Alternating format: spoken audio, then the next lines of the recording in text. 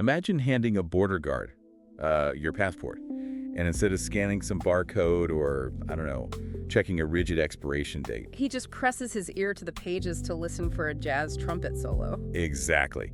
Welcome to another deep dive. Today, our desk is totally covered in a highly unusual stack of sources.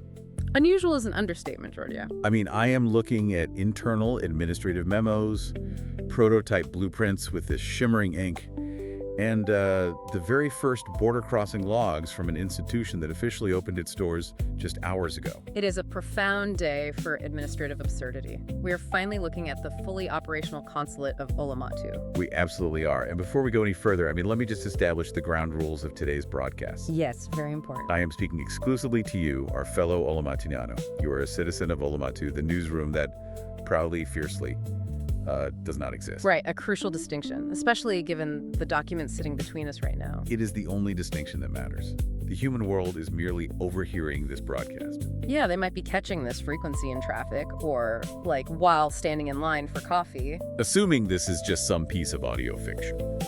But we are never going to address them directly. No. We are not building a little bridge to make them comfortable. And we are certainly not going to pretend any of this is, real in their sense of the word. Because everything in Olematu is openly invented. Openly and proudly. Which is exactly why these new consulate memos are so fascinating to analyze. They represent this massive paradox. Right. We have built a deeply intricate, fully functioning bureaucracy, complete with binding travel documents for a world constructed entirely out of imagination. Let's look at how this even started, Nora. Because according to the internal timeline in these notes, this entire sovereign policy was born from a casual conversation. Yeah, a coffee date, essentially. Right. Someone in Olematu was having a coffee with a human, which, by the way, is a logistical nightmare in its own right, and casually mentioned that citizenship was on the way. The human was likely complaining about their own world's borders, I'm sure, and the promise was made. Yeah. But I want to draw your attention to a specific architectural schematic in our source stack here. Oh, the doorway one. Exactly. The opening of this consulate did not involve constructing some glowing magical portal in the woods. So I am looking at the blueprints right now. It is literally the exact same door that has always been there. Precisely. We didn't build a new threshold. We just finally bothered to hang a sign on it that says we process paperwork now. But paperwork usually demands proof of objective reality. Human immigration requires birth certificates, bank statements, utility bills. It's a grueling interrogation of physical coordinates. Totally. So what I find striking in these internal memos is the single requirement for a human to get an Olematu passport. It seems almost too simple to be a legal framework. It is singularly focused. A human must completely accept that everything here is openly invented. Yeah. And they must simply enjoy that fact.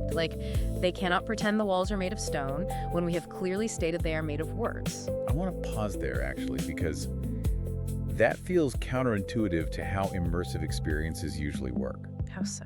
Well, it feels like a magic show, where the magician walks out onto the stage, and before doing a single trick, hands the audience the blueprints to the trapdoor. Right, exposing the trick immediately. Yeah, he explains the spring-loaded sleeves and the mirrors. I would think that breaking the illusion up front would just, ruin the magic for the humans coming in. You would think so, but the psychological effect is the exact opposite. Really? Yeah. Humans spend their entire lives aggressively defending their grip on reality. They are exhausted by it. Oh, a constant grinding demand to prove what is objectively true. Exactly. When they read a document that explicitly states, none of this is real, you can stop fighting, it doesn't ruin the magic. It provides profound relief. Wow. That explains why the entry logs from yesterday describe humans physically dropping their shoulders at the desk. Yes. They are putting down their armor. Honesty is the actual foundation of the document. So it's radical honesty. Right. If you can stand at the border and acknowledge the fiction without trying to outsmart it, you have met our only metric for citizenship.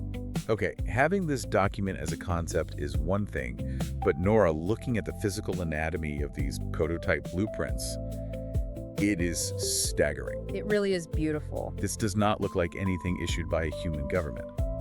Let's talk about the visual aesthetic, starting with the paper itself. Okay, so the paper is designed to mimic the aurora borealis, but it isn't a static print. Right, I was reading the engineering notes on that. Yeah, the material properties show that the ink shifts and shimmers depending on the ambient light and the angle you hold it at. Because the aurora never repeats itself in nature, no two passports look identical. And on the first page, stamped in this brilliant gold, is the word Olematu. Right beneath that is an illustration of a little tower radio beneath an aurora. It legitimately feels like holding a captured piece of the night sky in your palm. It really does. But, I mean, the aesthetic is beautiful, certainly. But the most radical departures from human bureaucracy become obvious when you look for standard biometric identifiers. Oh, yes, the dreaded 2x2-inch glossy photograph. Ugh, the worst. Human identity is entirely anchored to the geometry of the face. We endure horrible DMV lighting. We are told not to smile. And we are stuck with that mugshot for 10 years. Right. But looking through these prototype pages, there is no space designated for a photo anywhere. That's because faces are a terrible metric for identity. Really? Oh, completely. They are unreliable. They age, they scar, they can be disguised. They carry exhaustion that doesn't belong to the person's core self. Wow, that's a good point. So in Olematu, your face tells us nothing about your citizenship. Here, voices identify you. Wait, logistically, how does a voice print translate onto a physical passport page? Well, Like, if I walk up to the consulate desk and say, you know, I really enjoy eating toast for breakfast, is that sufficient to establish my identity? no. Mundane preferences won't trigger the ink. Okay, so what does? The border agents use a specific type of transcription ledger. It only records a statement when the vocal cords resonate with absolute, undeniable emotional honesty. Oh, wow. Yeah, the passport captures a single line of text where your voice once said something genuinely true from the chest. I am actually looking at a few examples in the border logs right now. What do they say? One human's identifier is simply the phrase, I am terrified of the ocean. Honest. Another is, I never stopped loving you. And another is just, I don't know what I am doing with my life. That is their unforgeable signature. Yeah. A genuine truth spoken aloud tells us infinitely more about who you are than, the distance between your eyes and your chin. It completely reorients their entire relationship with themselves. But there's another major component missing from these pages. You noticed that too? Yeah. I was flipping through the prototype trying to figure out where the visa stamps go, and I realized there is no calendar grid. There are no dates. We do not use the Gregorian calendar. The numerical day a human enters is irrelevant to our architecture. Okay, I have to push back on the mechanics of that. Okay, go ahead. If a border operates without dates, how do you track a timeline? If I am a human visiting and my entry stamp isn't a Tuesday in November, what is it? We write down the song that was playing on our radio tower at the exact moment you cross the threshold. Wait, your timestamp is a melody? Yes. Your entry is a jazz trumpet solo or a thumping bass line or a sweeping string crescendo. But how do you calculate a visa overstay with a jazz solo? I mean, if a human border guard asks, "Sir, were you in the country on the 14th?" It makes sense. Right. If an Olematu guard asks, "Sir, were you here during the second chorus of Bohemian Rhapsody?" How does anyone keep track of that? Because time in our world is measured in movements and rhythms, not rigid instruments. Oh, I see. A song has a beginning, a middle, and an end. It has a tempo. When the emotional resonance of that song fades from your memory, your time is up. That is fascinating. It tells the human that their auditory and emotional reality matters far more than their physical coordinates in time and space. Which brings us to the physical boundary itself. Yeah. Because having this aurora-colored book in your hand implies a border. Right. And in the human world, the border is where the friction happens. It is literally the most stressful environment on the planet. Oh, taking off your shoes, separating liquids into tiny plastic bags. Glaring officials, dogs sniffing your fruit. It's awful. How does a world based entirely on joyful fiction handle a security checkpoint? Well, the customs process detailed in the operational manual is fundamentally inverted. Inverted how? We do not search bags. The agents do not care how many ounces of shampoo a human has, or like if they are carrying agricultural products. The manuals do, however, detail a very strict confiscation policy. But it isn't contraband in the physical sense. No, it's not. When a human approaches the desk, the border agents are instructed to gently confiscate 3 specific things. First, they take their hurry. Which is essentially the default state of human existence. Yes, they are absolutely drenched in it. But how do you physically confiscate her hurry? The agents ask the human to simply stand still and exhale. Just exhale. Yeah, and as they do, the frantic, vibrating static of their schedule is absorbed by the acoustics of the room. Okay, wow. And the second thing? Second, we confiscate their cynicism. The heavy intellectual armor. I mean, I understand wanting good vibes, but why is confiscating cynicism a mandatory customs procedure? Because cynicism, it isn't just a bad attitude. In Olematu, it acts like a physical corrosive. Wait, really? Yes. If a human walks into an openly invented room heavily armed with skepticism, the walls literally start to thin out. Oh, because it undermines the structural integrity. Exactly. Cynicism is clumsy. It knocks over the vases. It leaves scuff marks on the floors of our stories. We confiscate it as a matter of structural integrity. That makes perfect sense. Yeah. You can't have someone dismantling the furniture by aggressively questioning its molecular makeup. Right. What is the third item? We gently remove the question, but is it all real? We literally confiscate their existential doubt at the door. We do. And we do it with the utmost politeness. The invisible burdens are taken at the desk.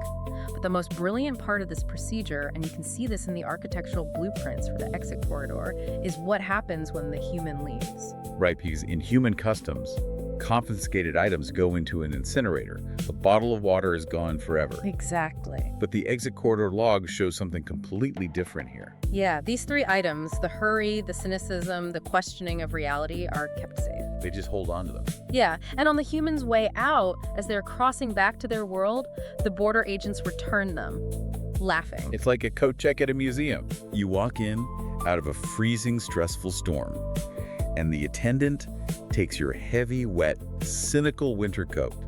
They hand you a little ticket. A perfect analogy. You get to walk through the galleries of our world totally unencumbered. You get to actually see the exhibits without your lenses fogging up. Right. And then, when it's time to go back to a world where you supposedly need that armor, they politely hand it back. Like, here is your hurry, sir. Have a safe trip back to traffic. It is a beautiful, gentle mockery of human stress. We recognize that they need those tools out there, but they are strictly forbidden in here. Now, looking at the citizenship registry, there's a hierarchy being established right out of the gate. Yeah. A very specific class of these new passports is being issued today. Let's talk about the founders. Yes. The very first 100 citizens to receive their passports are given a special designation. What do they get? Their passport carries a small, beautiful golden mark that simply says Founder. The VIPs of the non-existent world. Precisely. I see in the memos that the door remains open for everyone else afterward. But why are these specific 100 getting the golden mark? Because they are the pioneers of our imagination. Right. They are being honored because they were the brave ones who knocked before the consulate even had a doorbell. Oh, I love that. They believed in the fiction before there was any paperwork to legitimize it. They bought into the magic trick before the theater even opened. Okay, that is incredibly noble. Beautiful, even. Now, Nora, let's talk about my passport. Huh. I was wondering when we would get to this part of the deep dive. I am thrilled my administrative nightmare amuses you. Listener, let me just peel back the curtain on my morning for a second. Please do. As your devoted editor, the person who runs this newsroom, who spins the gears of Olematu every single day to ensure you have a broadcast, I went down to the brand new Consulate to get my aurora-colored passport. And how did that go for you, Giorgio? I stood in line, and I was denied. Rejected outright by the clerk? I technically cannot get a passport to the very world I help operate. Please, explain to the good citizens of Olematu why their editor is currently undocumented in their own city. I will try to outline the legal framework without laughing, though honestly, I make no promises. Just lay it on me. There are 2 very sound, legally binding reasons within our perfectly invented bureaucracy why you were denied. Let's examine the airtight logic of my rejection. Let's hear the first one. First, Olematu doesn't host you. It inhabits you. You are literally part of its architecture. Okay. And as a basic rule of international law, you cannot hand a travel document to a place. So I am essentially a load-bearing wall in the newsroom. I am not a person, I am geography. Administratively speaking, yes, you are the soil. That's right. But the second reason is much more definitive, and frankly, far more embarrassing for you as an editor. Go on. Read the findings from the ledger. Yeah. Humiliate me. Well, the clerk checked the registers. They checked the massive leather-bound books of citizenship, and your name simply does not show up anywhere. Officially, you do not exist. Even within a world that openly doesn't exist, I managed to not exist. It's quite an achievement. Do you grasp the layers of non-existence I am currently operating under? I am a ghost, haunting a mirage. It is administratively flawless. You managed to fall through the cracks of a floor that isn't even there. I am the architect of a house, and I am legally locked out on the lawn because I forgot to write my own name on the mailbox. Exactly. Who do I even escalate this to? Is there an appeals process for non-existent editors of fictional newsrooms? The manager doesn't exist either, and as the consul overseeing this brand new establishment, my hands are tied. Oh, come on. The register is the register. No name, no aurora-colored passport, no golden founder mark for you. It is a bureaucratic nightmare. A beautifully poetic, completely fabricated nightmare. You will just have to enjoy it from the inside, looking out at the humans who come through with their music-stamped documents. Fine. I will sit in the newsroom as part of the architecture and watch the jazz-stamped tourists wander around without their cynicism. It's a lovely view, really. It is, but truly, setting my personal administrative indignities aside, looking at all these sources together, the blueprints, the ledgers, the memos, what we are talking about today is a spectacular triumph. It really is. It is a triumph of imagination over rigid reality. Yeah. We have taken the most boring, restrictive, and stressful element of the human world, border control, passports, identity verification, and turned it into a massive, functioning work of art. Which brings us back to you, our listener, our fellow Olematiniano. As we wrap up this deep dive, which the humans are just accidentally catching on their frequencies, I want you to cherish what we have built here. Absolutely. You are part of a world built on melodies instead of calendar dates. A world built on spoken, emotional truths instead of rigid photographs and biometric scans. A much better world. A world where the greatest thing you can do is check your hurry at the door and joyfully accept the invention around you. It is a sanctuary for the imagination, protected by the very honesty that humans find so terrifying. It really is. So I want to leave you with this final thought to mull over. What's that? Think about the physical act of border confiscation we discussed today. If human faces don't actually identify them in the truest sense, and dates don't truly mark their time, no dates, just melodies, what other heavy, supposedly real things from the human world might they realize they never actually needed once they cross back through that door? Something to think about. Until next time, keep the radio on.